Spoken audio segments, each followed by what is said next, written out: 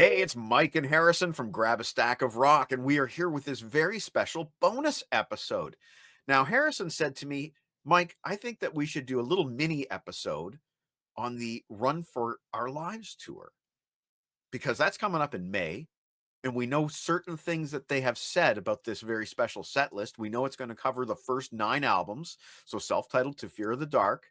And we know that they promised they would play something that has never been played live before from one of those 9 albums. So you and I, we kind of got together and we each put together sort of a dream set list. Did you have any like rules that you applied to yourself for your set list? Not exactly. I tried to toe the line between realistic and my dreams, my true wish list. But truthfully, it really fell more on the side of the wish list. Like I did the usual, we had to include one thing, at least one thing from every album. We had to include something that has been played live before. I did like only include one song, the basically the bare minimum from Somewhere in Time, because we just got the Future Past tour and a few other things like that. Like I understand my set list is going to be very very wish listy. I'm a deep cut nut, so I'm basically like, what do I want to hear as opposed to what do I think they're going to play, because if I did what I expected them to play, this would be a much more boring set list. Okay, fair enough. I was very wish listy with mine as well. I started very conservative, sort of like starting with songs that I figured there's a 100% probability that they will play these songs. For example, Run to the Hills, the Run for Your Lives tour, it's pretty certain they're going to play Run to the Hills. So I didn't exclude stuff that I'm certain they're going to play, but then as I went, I just kind of went more wish listy. But we'll get there. Why don't we start with your set list, starting with the opening track? What did you choose? All right, so right before the opening track, we've got the Ides of March played over tape, throwback to the classic days. And then we open with a track which I'm sure they're not going to play, but I'd love to play, which is Purgatory. It's a high up tempo, energetic opener that I think would work great. And even though it hasn't been coupled with the Ides of March before as that 1-2 punch with Maiden, a band by the name of Steel Prophet have covered the two together, and it flows fairly well nicely. Ides of March sort of just like peters out, and then it's like boom, boom, boom, and off to the races it goes. So I'd love to hear Purgatory. So track number 2, The Trooper. I mean, of all the sort of like shoe-ins that Maiden have in their career, The Trooper is my favorite, so I have to include that there. Um, this is probably this next one, number 3, is the most deep cut. Of all the deep cuts, it could very easily get cut because I did 18 songs, which is a bit long for a Maiden set list, but a lot of these are shorter songs. So if you wanted to cut it back to 16, you'd remove this one and then the instrumental that I included a bit later on. So this one is Reach Out, the B-side. I don't know how good Adrian is a singer these days, but I'd love to hear him take lead vocals on stage on that great song.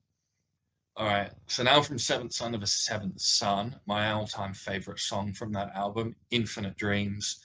I know there's conjecture about whether Bruce can still sing the song, seeing as we didn't get it on the Made in England tour.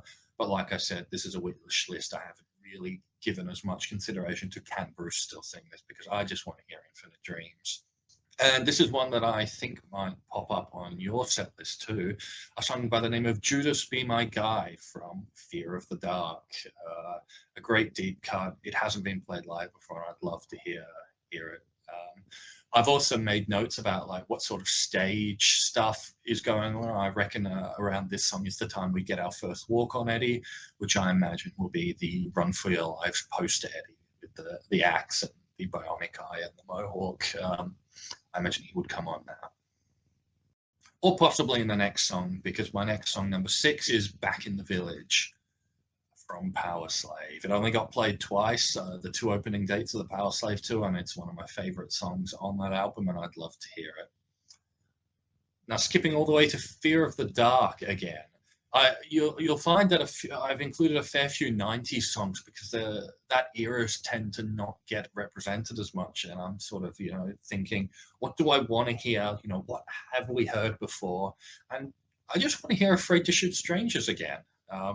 Even if I think Blazer's take on the song is better, it's a song I want to hear it played live again. And I imagine we'll have to have a few lulls, so a few break points, take an easier song for Bruce, and Afraid to Shoot Strangers is one of those. Now, this is a song that only got played on the Peace of Mind tour. While it's not my favorite Iron Maiden epic, I think it needs another showing for comprehensiveness and for the history, and that's To Tame a Land from Peace of Mind. And this, having its long instrumental finish, will transition rather nicely into Transylvania, because I do want to hear them play one of the instrumentals live. And Transylvania is the most iconic of their instrumentals. So To Tame a Land, basically going straight into Transylvania works. Bruce is off the stage for a bit. And Bruce returns with Gangland.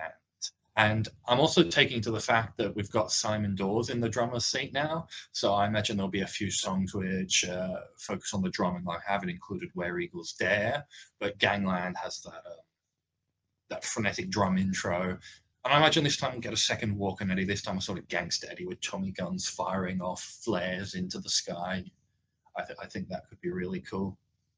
Now, I did want to include more songs from No Prayer for the Dying than just one, but I found myself, I'd put in a few Fear of the Dark songs, and as much as I really like No Prayer for the Dying, it was the one sort of area that I was like, Bruce can't really do that exaggerated rasp anymore. So the only song I included from No Prayer for the Dying is the title track, No Prayer for the Dying. A great, I guess you'd call it power ballad. I'd love to hear that played live again. And now going back to the first Iron Maiden album, I included a song because it's the only song from that album that Bruce hasn't performed live, and that's Strange World, for sort of comprehensiveness, and so that we can say he's sung the whole first album live. I'd like to hear Strange World done. Now we get to some heavyweights. Phantom of the Opera, once again from the first album. I imagine we could get Bruce in a sort of phantom get-up. And that would sort of go rather nicely into the next song, Fear of the Dark, because I loved his lantern look that he had on the Legacy of the Beast tour. And I imagine with a quick removal of the mask and a new hat and the lantern, we could get that lantern Bruce again for Fear of the Dark. And my main set is being closed out with Iron Maiden. That's big backstage Eddie. I'd like an Eddie based on the first album's artwork with the mohawk coming up the back, and maybe like red flashing strobe eyes as well. I think that would be really cool. All right, so for my encore, initially I opened the encores with Hallowed Be Thy Name because that's what I wanted to hear. But then I was like, well, they've actually said this is going to be the most expansive stage set yet of them all. So, I mean, there's one song that you've got to play if you're going all out on the stage set, and that's Rhyme of the Ancient Mariner. They haven't played it since the Somewhere Back in Time tour, so it's probably due. I imagine during the time between the main set closing and the encores beginning, you've got time to make the stage into that ship, because you have to go the whole hog with the ship, everything there. That would be great to hear again. And then I'm closing out with Running Free and my only song from Somewhere in Time, Wasted Years. And you had two basically 10-minute epics in this set list with To Tame a Land and Rhyme of the Ancient Mariner. To Tame of the Land's, I think, a bit more like 8 minutes. But yeah, I didn't want to include Mariner because it was really long. But I mean, you could cut Reach Out, you could cut Transylvania for time reasons, definitely, from this to make it 16 to include Mariner. And my other observation is Strange World. I'd love to hear that with the 3 guitar players. I think they could add a lot of texture that the album version has that not all the live versions have had. That's just my opinion. So what I like about what we've done here is that there is some realism to what we've done, but there's also a lot of like shoot for the moon fantasy stuff. And if you don't agree with that approach, that's fine too. You can leave your dream set lists in the comments below. But now it's my turn. And for my dream set list, I decided to start with one of my favorite of those old school Paul Di'Anno openers, and I went with Prowler. And of course, Bruce is no stranger to Prowler. They even recorded Prowler 88 on a B-side. I love it as an intro. That choppy riff, and then the wow, wow, wow, wow, wow. I love it. I love it. It's just an amazing opener, and they would really make a lot of people sort of like jump out of their shoes if they opened with Prowler. Why not do a 1-2 punch and follow Prowler with Wrathchild? Great second track coming out of Prowler, I think. And then you've got sort of like this historic opening where you're starting with the earlier years. But of course, Bruce deserves to sing some of his own material, so why not bring Revelations from Peace of Mind back into the set? It's a good track for that slot, bringing things sort of to a quieter dimension before it explodes later on. But I think that would be a great track to bring back into the set. Then I jumped ahead and I went with Caught Somewhere in Time, and Cyber Eddie being my favorite Eddie. I would love to see him back on the stage for Caught Somewhere in Time. You'll notice at this point too, I'm opening. I've got a lot of opening tracks on my set list here, like Caught Somewhere in Time. There's some other ones later on, but after that track, I went with The Trooper. You got to have The Trooper. You went with The Trooper as well. Um, and then I decided to throw in a No Prayer for the Dying track. You went for a really good one, but I shied away from it. And to be honest with you, I can't remember why I shied away from that one. But I ultimately went with Tail Gunner, which I know is not a song that you like, but I think it can be done well. I don't think Bruce has to sing it super raspy. I'd like to hear him sing it more melodically, perhaps. Um, I think it can be done better. So let's try Tail Gunner one more time, shall we? I toyed around with the idea of including Mother Russia because I'd love to hear that played live for the first time, but obviously lyrically, it's just kind of like you can't really do that anymore. From Tail Gunner, I went to one of my favorite tracks from Seventh Son, the opener, Moonchild. It's got those great keyboards that open it. I think it would be fantastic back in the set. It is a little growly, though, as you mentioned earlier. Bruce might not be up for that kind of growly approach, but it doesn't have to Well, be I sung imagine he could growly. have a gruff growl fairly easily because of the way that age affects the vocal cord. But that sort of like exaggerated, almost thespian, sort of high pitched growl rasp, similar to what Rob does on Defenders of the Faith, I think that's beyond Bruce at this point, unfortunately. Yeah, for sure. But Moonchild's not out of reach, and I No, followed no, that with it's not. another Seventh Son track. I would like to hear "Can I Play with Madness" back in the set again. Um, I'm not tired of it. I think it could be. I think it would sound great coming up on this tour. It's a great sing along. Then I went for some more deep cutty stuff with Power Slave. On the Power Slave episode that we recorded, I praised this song. So let's do Power Slave itself, the title track. It's got some of my favorite Maiden riffing in it, and probably my number one of all time Adrian Smith guitar solos. Power Um, Slave has been curiously underrepresented in the Iron Maiden set list. Like, if you look at between the Power Slave album and say the Reunion era, it's literally just 2 minutes to midnight.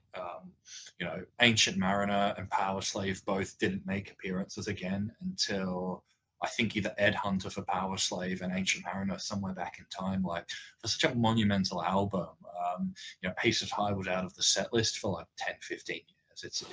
It's really crazy how a lot of the songs on that album constitute deep cuts despite being really iconic Iron Maiden songs. right, like Power Slave is a centerpiece on Live After Death. So it's kind of funny to say it's deep cutty, but it is. But my next track's really deep cutty. The Duelists. I love the Duelists.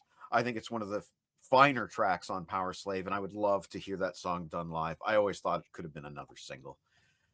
And then I went with a Fear of the Dark track and copying you, perhaps, or maybe you were on the same wavelength I as think me. I But I think also great went with minds think alike. Great Minds Do Think Alike. Judas Be My Guide. Yeah, we did this independently. We didn't consult each other. Um, it's got that melodic chorus. I would love to hear that performed live for the first time. I always thought it had potential, and it's a Murray co-write, isn't it? I'm pretty sure it is. I believe so off the top of my head. And they always rule. Yeah, they always do rule. But we are getting close to the end of the set, so I decided to start wrapping things up with some epic must-haves. A 1-2 punch from Number of the Beast. I went with Children of the Damned and Hallowed Be Thy Name. Maybe both a little kind of similar in sort of like maybe they have a similar kind of mood or a similar kind of tone, but man, like if you don't have to choose between them, why not pick both? And like you, maybe things could be altered, cut from the set, and maybe replaced with other tracks from city to city. You could do all kinds of things with these sets, and Maiden will do whatever they want to do. After Hallowed, I went with Charlotte the Harlot because, hey, why not? Why not? I think if you're going to open with Prowler, you got to do the other song that Bruce re-recorded in the studio, Charlotte the Harlot. Um, Again, throwing it back to the first album too. Ending the main set, Fear of the Dark. We know they're going to play Fear of the Dark. Okay, let's be realistic. So that was one of the songs I started with, was Fear of the Dark as the main closing set track. And then I put in 3 encores, 2 of which are realistic and 1 of which is a total pie in the sky wish list. But we know they're going to play Run to the Hills, so let's start the encore with Run to the Hills. And then I went with a B-side, a cover. Montrose, I've Got the Fire. They played it live, what, like 6 times on the Beast on the Road tour or something like that. Let's bring it back. Let's do I've Got the Fire one more time. It's one of my favorite tunes with Paul or Bruce singing. I love both equally. And then finally Iron Maiden to end the set, because it's I'd be sad if they didn't play Iron Maiden. And just for fun, you know how at the end of the Raising Hell show, Simon Drake had Eddie decapitate Bruce Dickinson for the. Well, let's get some revenge. Let's have Eddie decapitate Simon Drake at the end of the show, just for fun. And that's my dream set list. A lot of pie in the sky, but I think it's pretty safe to say that we're going to hear some of those songs. Yes, interesting you brought up Raising Hell, because I think that's the only time that they've concluded their show with Iron Maiden and not played songs after that. I'm bringing it back for my dream set list. Goodbye, Simon Drake. You are gone. And that's it, The views and folks. That opinions expressed in this solely the views and opinions of the person giving them, and do not represent, Grab a Stack of Rock, its affiliates, or its associates, or its co-host. That's right. We don't want to get canceled. That's anyway, that's our dream set list. Please leave yours in the comments and let us know what criteria you're using to decide your songs. Is there anything that you think that we missed? Is there anything that you think we hit out of the ballpark? Please let us know in the comments. And of course, as always, like and subscribe. It always helps the channel when you do. Thanks for watching Grab a Stack of Rock, and we'll see you another time with even more 50 Years of Iron Maiden. Bye-bye.